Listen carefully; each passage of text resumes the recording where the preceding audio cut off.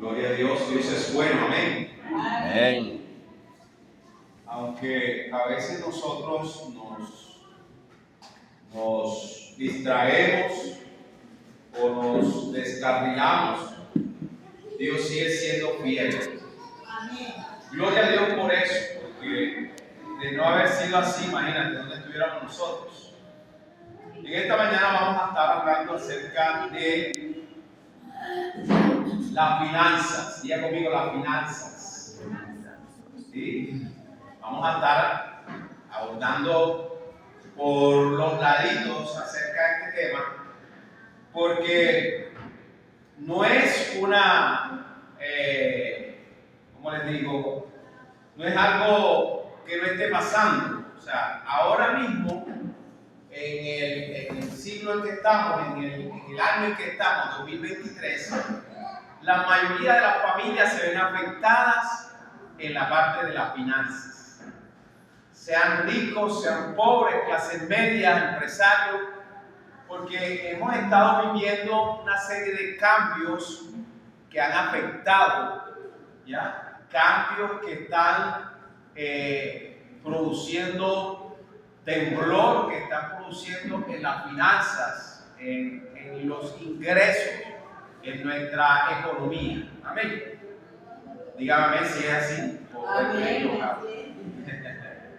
Ok, entonces hoy vamos a hablar un poco acerca de la finanza y vamos a ver algunos consejos y algunas recomendaciones que nos da la palabra acerca de lo que es la administración. Las finanzas, el término finanzas tiene que ver primeramente con todo lo que es la entrada y la salida de los recursos.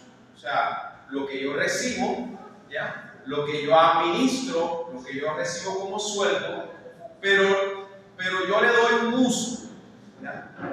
Entonces tengo una salida, algunos tienen una salida mayor de lo que ganan y posiblemente estas finanzas están sufriendo una crisis. Otros están un poco mejor, pero hoy vamos a ver algunos textos y algunos ejemplos de familias que vivieron en algún momento esas crisis económicas que de pronto algunos están pasando. No pensemos que la crisis solamente la estamos viviendo nosotros, ¿no? O que las finanzas, o que nos vemos afectados en las finanzas solamente nosotros. Esto es a nivel mundial. Lo que la gente no se explicaba está pasando. Hay muchos países que eran estables económicamente, pero ahora están sufriendo una inestabilidad económica. Entonces, muchos están migrando, muchos se fueron para España migrando, pero la condición económica en España ha cambiado. Muchos están migrando hacia Estados Unidos, pero Estados Unidos también está cambiando. O sea, la economía está cambiando. Diga conmigo, la economía está cambiando. Uy, pero diga conmigo, activo, la economía está cambiando. La economía está cambiando. Amén. Pero creemos que a pesar de todo, o con todo esto, Dios está en el asunto. Amén. Diga conmigo, amén. Dios está en el asunto. Dios está en el asunto. Amén. Vamos a ver en el libro de Reyes, bueno, son las 11:05. Libro de Reyes, en el capítulo, Segunda de Reyes, vamos a ver algo allí que encontramos, un episodio.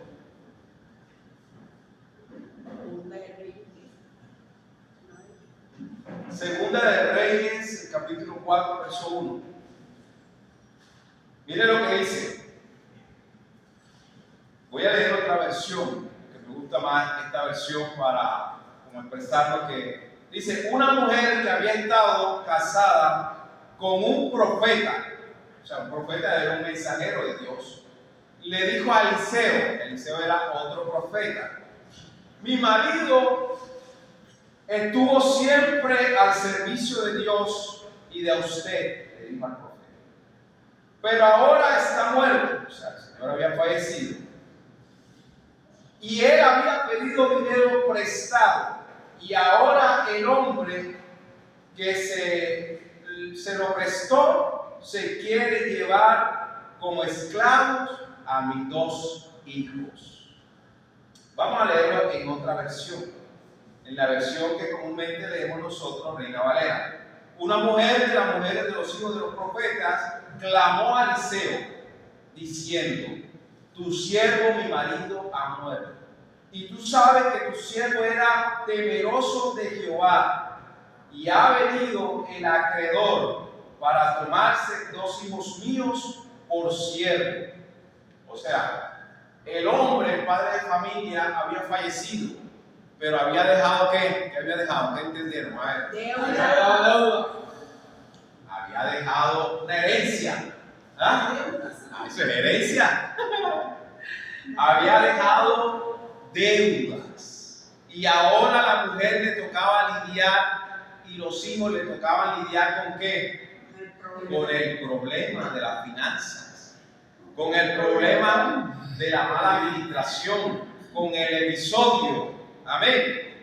Vamos a otro libro, vamos al libro de Ruth. Vamos grabando eso que tenemos allí.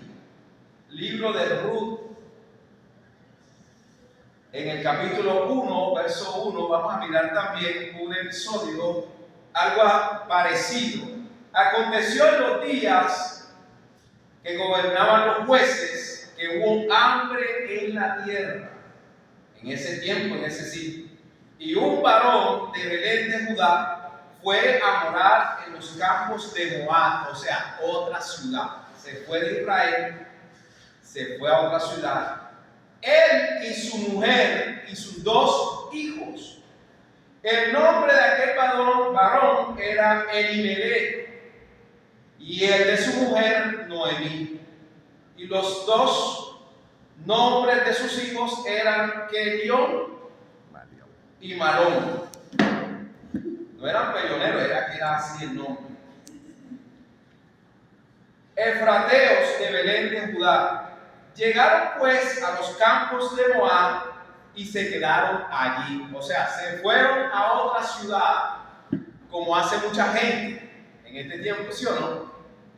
Porque en Israel estaba la cosa difícil.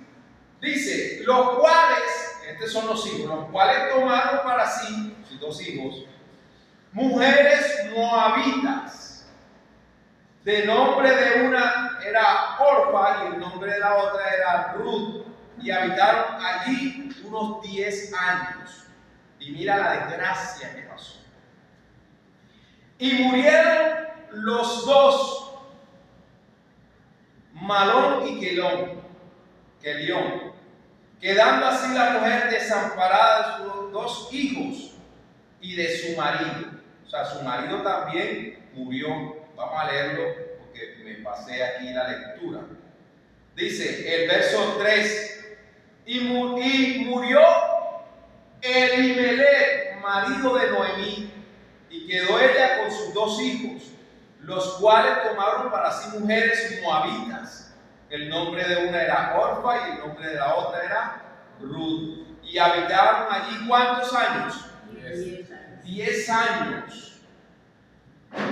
¿Y qué pasó? Y murió también los dos hijos, Malón y Kelión, quedando así la mujer desamparada de sus dos hijos y de su marido. Entonces se levantó con sus nueras y regresó de los campos de Moab, porque oyó en el campo de Moab que Jehová había visitado a su pueblo para darles pan.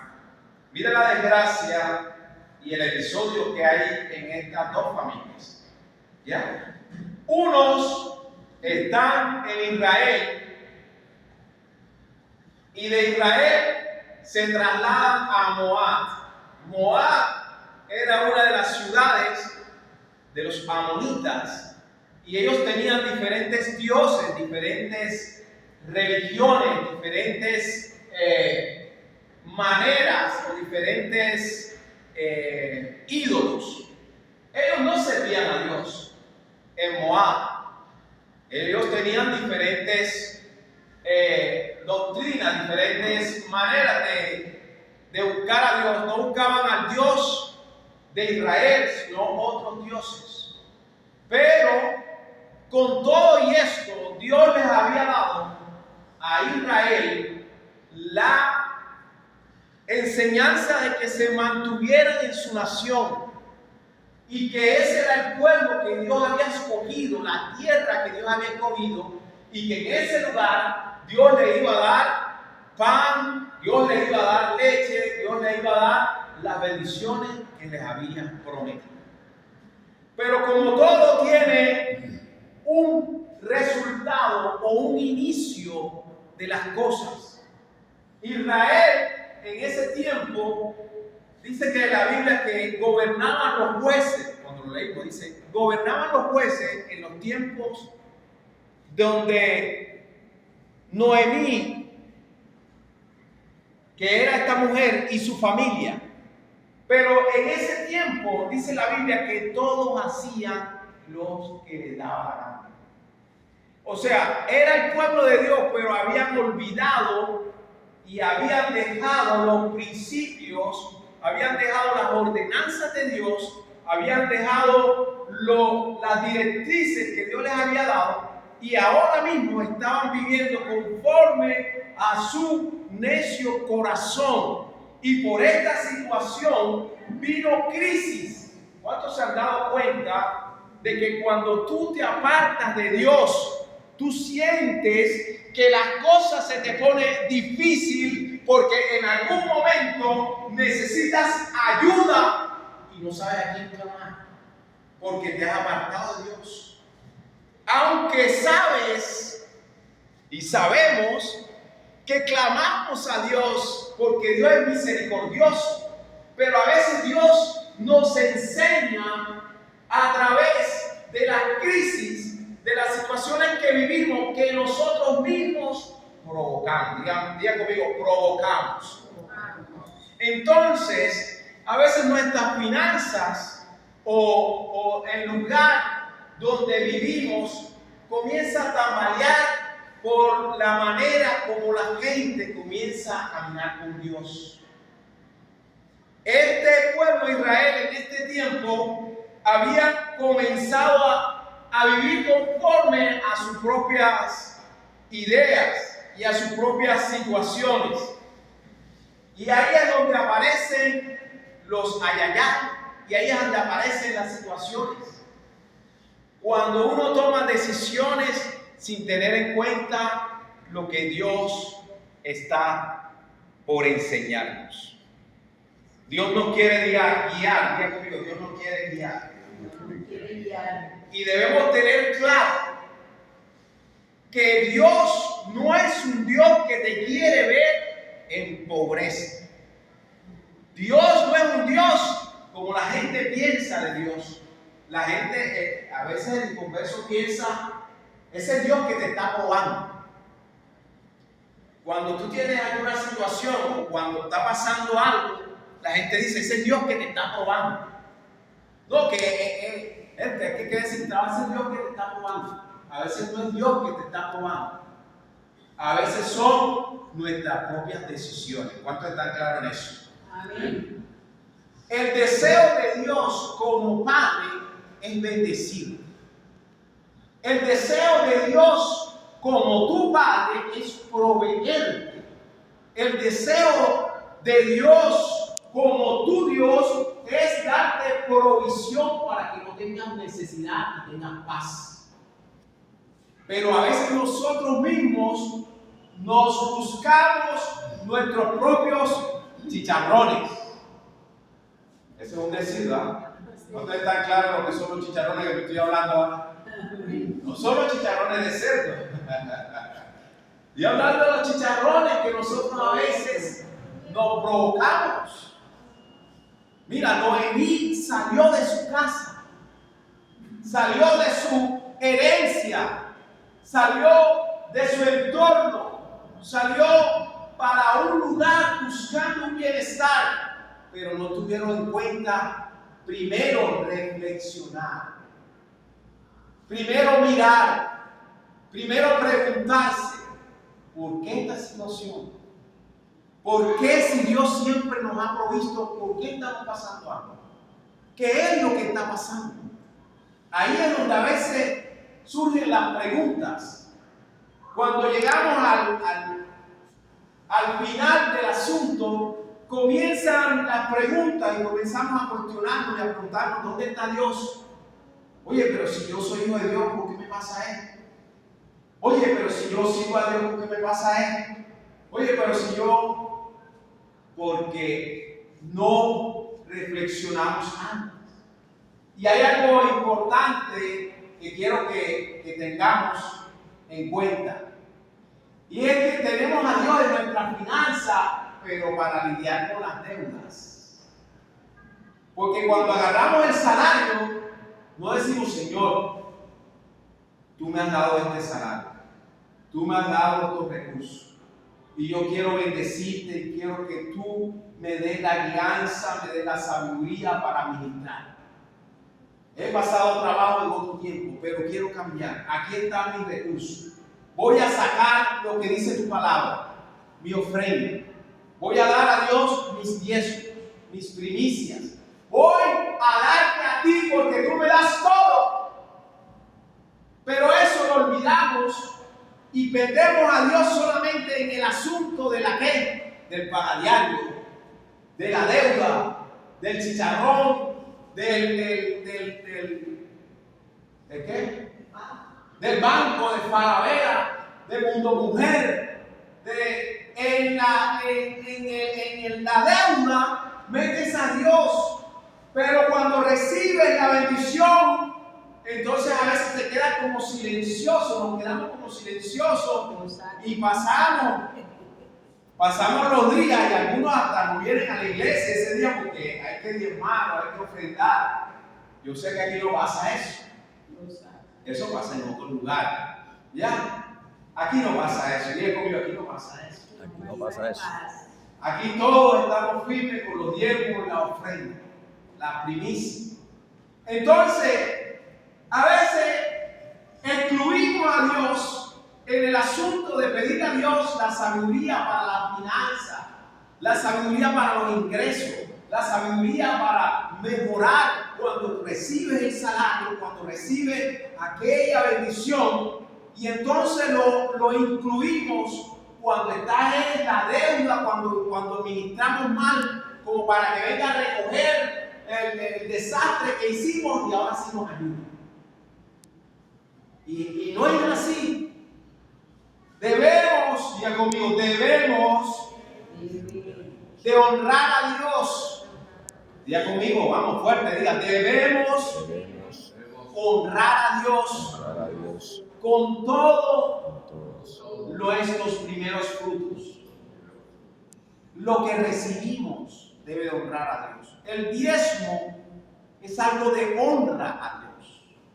La ofrenda tiene que ver con el agradecimiento que yo estoy expresando a Dios por su amor, por su gracia, por su bendición. Entonces, no podemos ser desleales en cuanto a las finanzas, porque nos pueden pasar situaciones que no queremos. Nos pueden pasar situaciones que a los demás les pasan. Aunque eres hijo de Dios, somos hijos de Dios y Dios te quiere librar, pero cuando pasamos por alto estos principios, entonces recibimos el resultado de nuestras acciones. Aunque seamos creyentes en Dios, siempre hay resultado de lo que nosotros hacemos, ¿sí o no? Amén. ¿Ah? Amén. Siempre va a haber resultado. Siempre. Que el resultado a veces Dios te ayude a sobrellevarlo es otra cosa. Que Dios te ayude en las consecuencias es otra cosa. Pero siempre hay resultado de lo que hacemos. Entonces es necesario que tengamos en cuenta las finanzas, tengamos en cuenta la proyección de nuestro porvenir, de nuestro futuro. Porque no debemos esperar que nos vengan los años y entonces hay desamparados, sin nada, y tristes, abandonados. No, tenemos que prepararnos. El joven tiene que prepararse. El joven tiene que trabajar porque este es un periodo donde tú te preparas para generar ingresos, porque después va a venir otra etapa. Son etapas que vivimos. Si el joven no tiene en cuenta las etapas, entonces va a sufrir ciertas consecuencias. Si el adulto no tiene en cuenta ciertas etapas, va a sufrir ciertas consecuencias. Si el joven llega a la etapa donde tiene que prepararse y después que se prepara tiene que generar ingresos para su propio bienestar, porque después de eso van a venir los años donde ya no van a haber las mismas fuerzas. Eso lo dice la Biblia. Amén. Van a venir los años donde ya no es lo mismo. Entonces ya no puedes trabajar, no, porque vives del día a día, pero llegará el tiempo en que ya el día a día ya no te va a servir porque no tienes las mismas fuerzas. Ya no estás tan joven. Entonces tenías que prepararte como la hormiga en el tiempo de la lluvia. Tenías que prepararte como la liebre que hace su casa en la roca. La Biblia habla de estos animales como sabios. Los 7 dice que tienen sabiduría más que muchos. Y se me escapan ahora todos. Dice, la araña que hace su telaraña aún en los palacios. Voy a buscarlo al seguro, hermano. Los palacios. Usted puede ver palacios que sea que hay telaraña. La araña. La hormiga, que en el verano, ¿qué? Usted la ve que está, cuando antes de venir la lluvia recia, dése cuenta que las hormigas están por todas partes. Y usted echa tiza, ya, baigón, y el de hoy van ahí, la hormiga está diligente. En ese tiempo de cantar toda clase de alimentos, la hormiga está. Usted dejó el pan ahí, la hormiga. Usted dejó aquello, la hormiga. Usted le echó aquí y ella hizo otro camino por allá. Usted la barrió aquí y le echó no sé qué.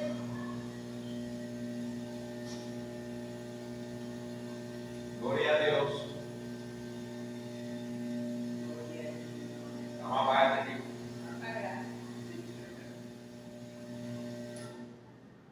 Vamos a mandar a revisar que está generando. ¿Cuántos me están siguiendo? A ver, ¿cuántos están concentrados aquí? No me dejen solo, por favor. Amén. Entonces, la hormiga, ¿sí o no? La hormiga es intensa. Porque ella sabe que ella no depende de otro. Ella agarra sus recursos y comienza ya a guardar. Cuando viene la lluvia y tal, que no puede salir, ella ya tiene su provisión. El conejo no es cualquier cosa, el conejo rajuña. ¿Lo tienes ahí? Regálamelo. Proverbios 30:25. Ajá. Las hormigas pueblo no fueron, y en el verano preparan su comida. En el verano. Los conejos pueblo nada forzados y ponen su casa en la piedra. Las langostas que no tienen rey y salen por cuadrillas. Y la araña que atrapa con la mano está en los palacios del rey. Mira eso. ¿Ah? La araña que la atrapa con la mano, pero ella busca los pasos del rey. O sea, ellos nos enseñan sabiduría. A veces el ser humano, o nosotros, a veces carecemos de esa sabiduría porque lo que debemos hacer no lo hacemos. Entonces, el joven tiene una etapa. Tres etapas, perdón. ¿Cuáles son esas 3 etapas? 1, para adquirir conocimiento. 2, para ejecutar y tener provisión. Y 3, que es la etapa de descanso. Todos tenemos esas 3 etapas en la vida. Entonces, algunos no trabajan en el tiempo que hay que trabajar. Y cuando ya llega el tiempo del descanso, entonces están, ¿qué? Bregando, mi hermano. Con la carretilla, haciendo, ya, vendiendo la yuca, el plátano, haciendo, usted lo ve. ¿Ya? Porque esa era la etapa donde ya tú tenías que tener algo acumulado, descansando y estar recogiendo de lo que ya habías provisto. Entonces, Dios quiere que sus hijos, ¿cuántos son hijos de Dios? Amén. Dios quiere que nosotros tengamos paz. Las finanzas afectan. Las finanzas mal adquiridas, mal administradas,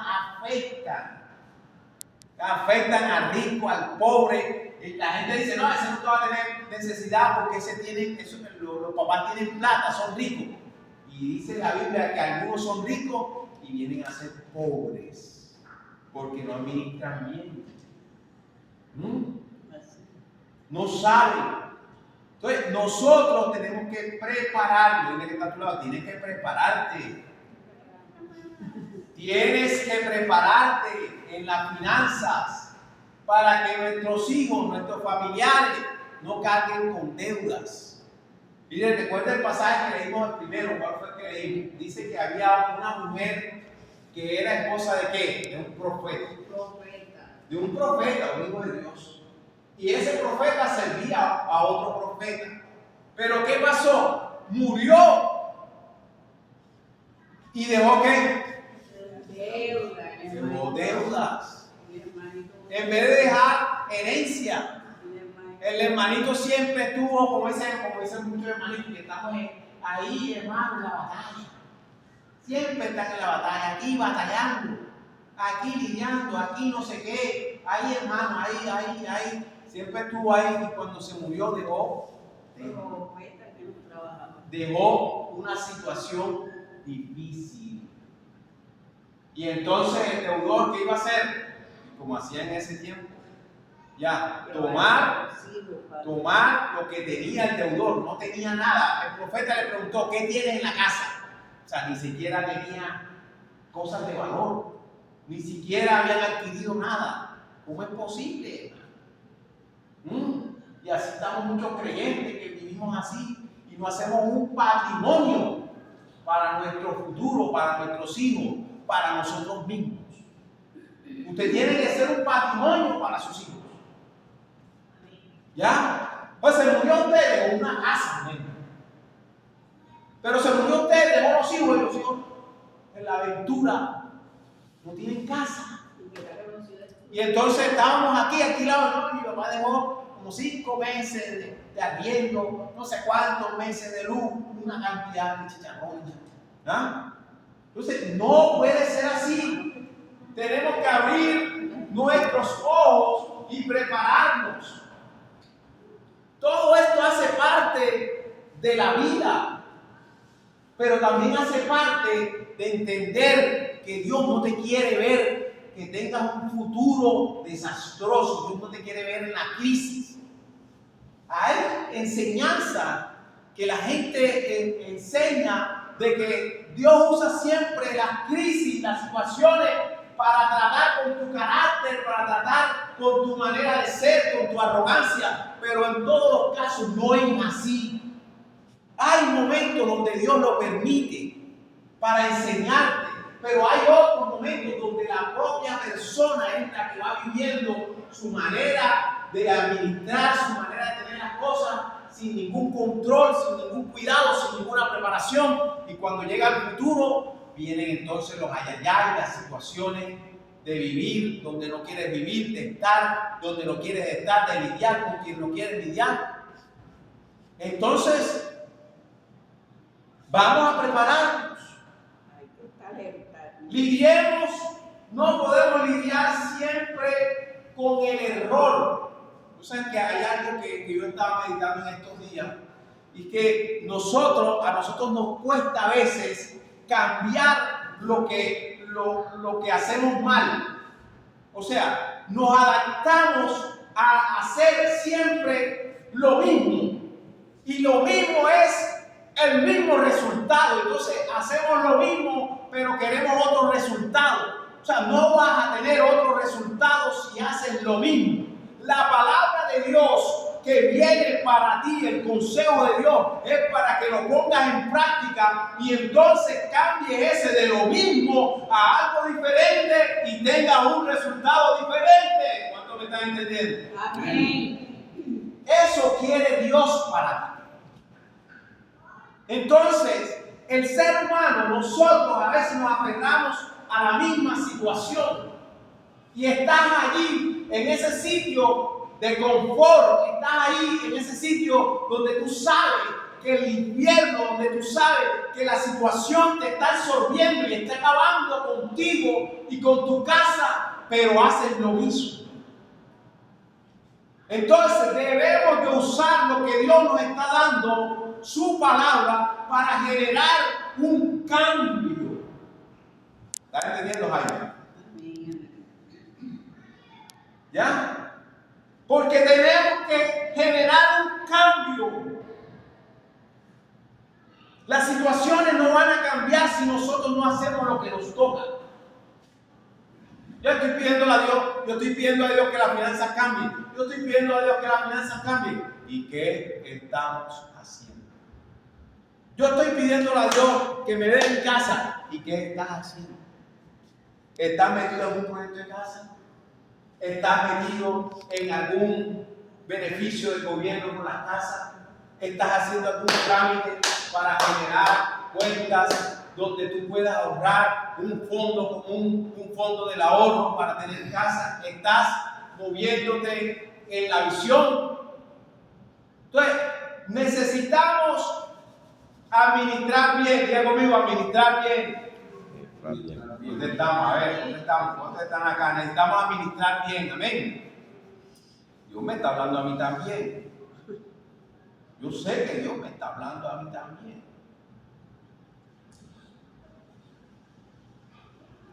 En la Biblia encontramos también otros episodios acerca de las referencias cuando Dios estaba lidiando con el pueblo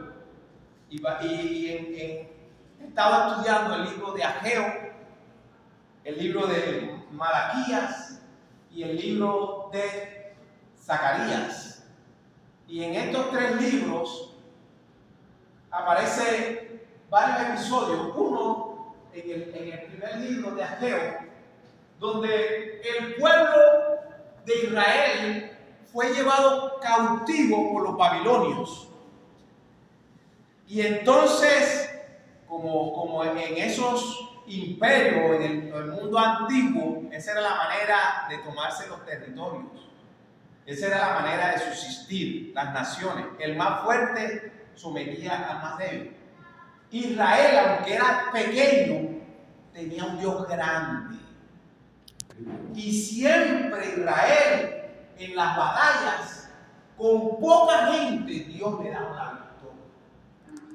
Entonces, Israel en ese tiempo se desvió, como nos pasa a veces a nosotros, se desenfocó. Dios le habló a través de sus profetas, Dios le habló y bueno, pasó lo que pasó, fueron llevados cautivos, fueron invadidos por Babilonia.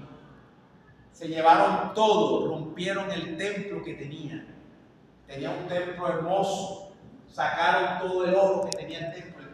Tenía oro por todas partes, paredes. O sea, Israel había vivido un tiempo de gloria bajo el gobierno de David y de su hijo Salomón.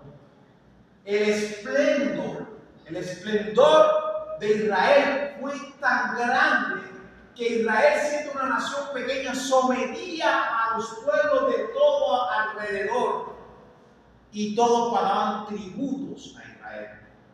Luego se apartan, porque a veces pasa, cuando la bendición viene, el descuido, cuando a veces las cosas mejoran, cuando entonces está el buen trabajo, cuando está aquello, lo otro, se descuidaron de sus principios, se descuidaron de su relación con Dios y esto lo llevó a la ruina total. Fueron invadidos por los babilonios, se tomaron todo, se tomaron a los mejores hombres más fuertes, lo hicieron esclavos, violaron a las mujeres, mataron a los niños, agarraron y se llevaron todos los tesoros ya que tenían, agarraron el templo, rompieron las paredes, sacaron el oro que había en las paredes, sacaron las piedras, se llevaron el mármol. O sea, eso fue un desastre. Dejaron fue ruinas. Pero era porque habían vivido una vida apartándose de Dios.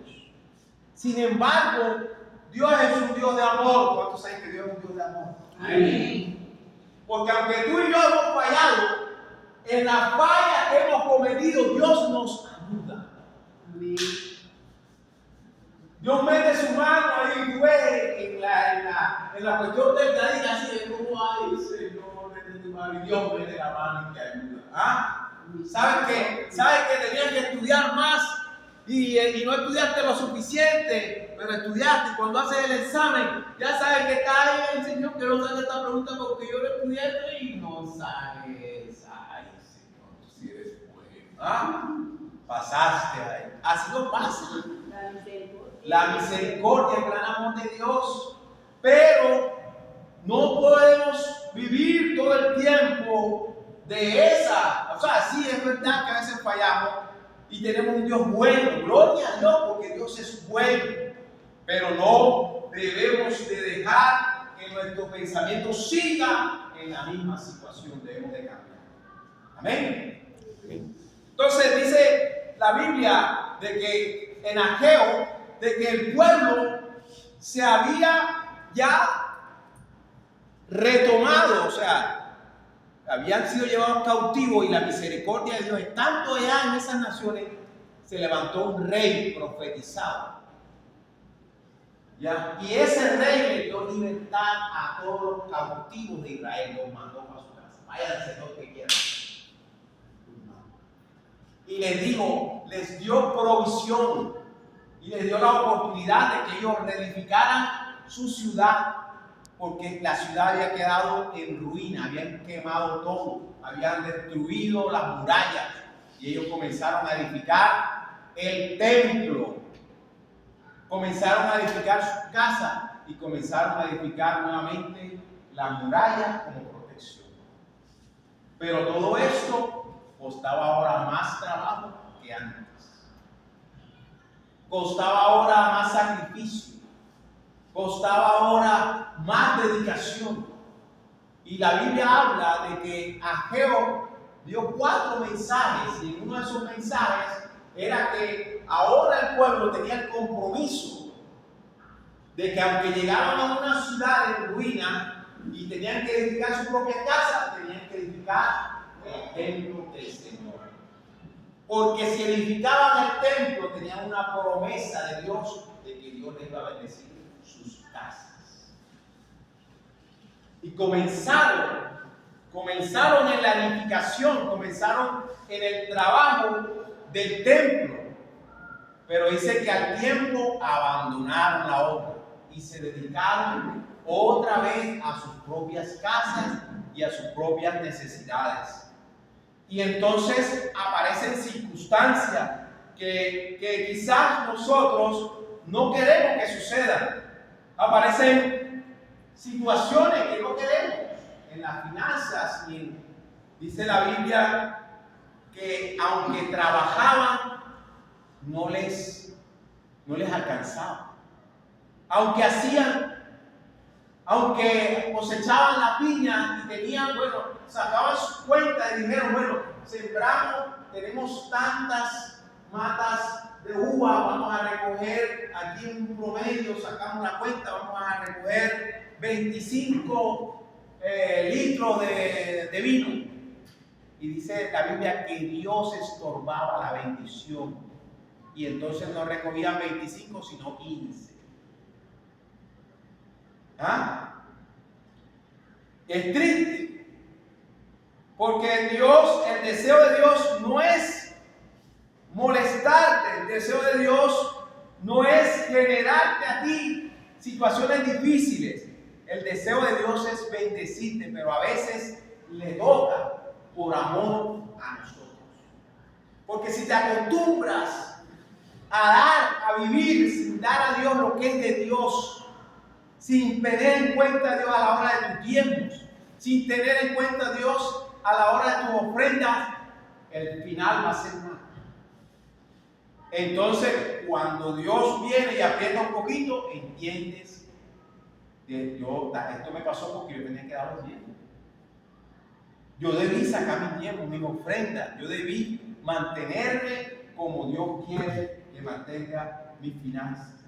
Entonces, el consejo que yo quiero dar en esta mañana es que tengas en cuenta a Dios en tus finanzas, en tus buenos ingresos. Ten en cuenta a Dios.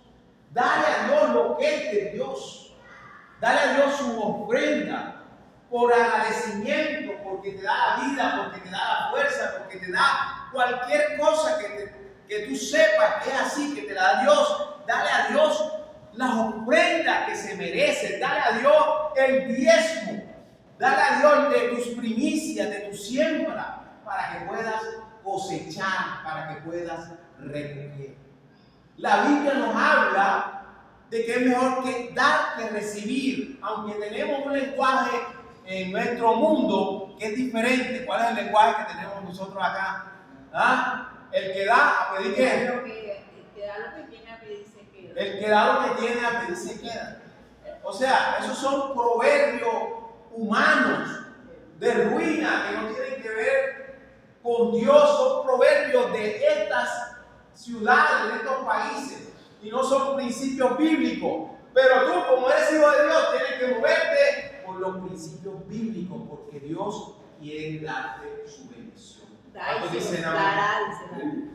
Entonces la Biblia nos habla en Malaquías, dice que traigamos nuestros diezmos al alfolí, a la casa de Dios, y entonces Dios reprenderá por nosotros al devorador.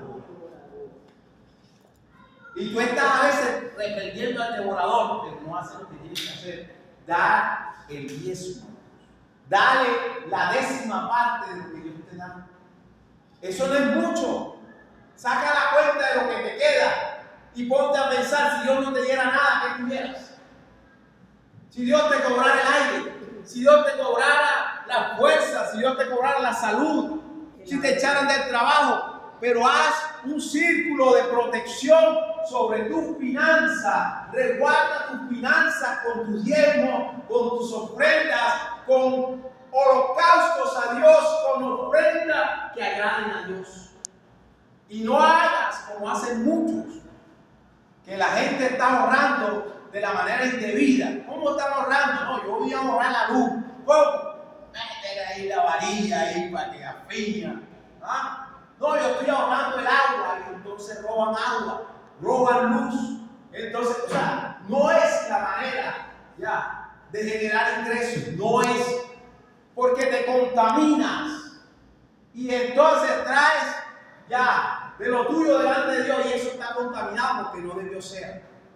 Dios no le agrada esos sacrificios. Entonces tenemos que conducirnos como Dios quiere para que la bendición se manifieste como Dios quiere. ¿Cuánto dan gloria a Dios? Gloria a Dios. Entonces mi consejo es: resguarda tu casa, resguarda tu trabajo, resguarda lo que tienes, prepárate para lo que viene, prepárate en las finanzas, estudia una manera de generar ingresos, estudia una manera de generar recursos, estudia una manera de ahorrar tus propios recursos y no esperes lo mismo de siempre, que te quedaste sin plata, lo mismo de siempre, que entonces ahora no sabes qué hacer. No, prepárate. ¿Cuántos dicen amén? Amén. ¿Cuánto crees que Dios está hablando? Amén. Amén. Dios está hablando, pero a nosotros ustedes escuchar mensajes de bendición y lo que nos toca a nosotros. ¿Ya? Entonces, mis amados, yo traigo esta palabra porque Dios me inquietó mucho con eso. Me inquietó mucho con eso. Y yo sé que Dios siempre nos quiere preparar para lo que viene. Amén. La gasolina todavía no ha llegado a su límite. El límite es 16,000, ¿sí o no? Cerrar en